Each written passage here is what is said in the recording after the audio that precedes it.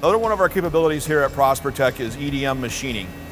We use that in our plastic injection mold builds and part machining for our customers.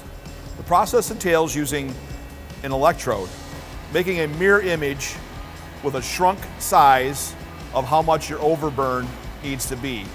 So once you obtain the mirror image on your electrode, that electrode is mounted in the machine, programmed through CNC, and the part actually comes down.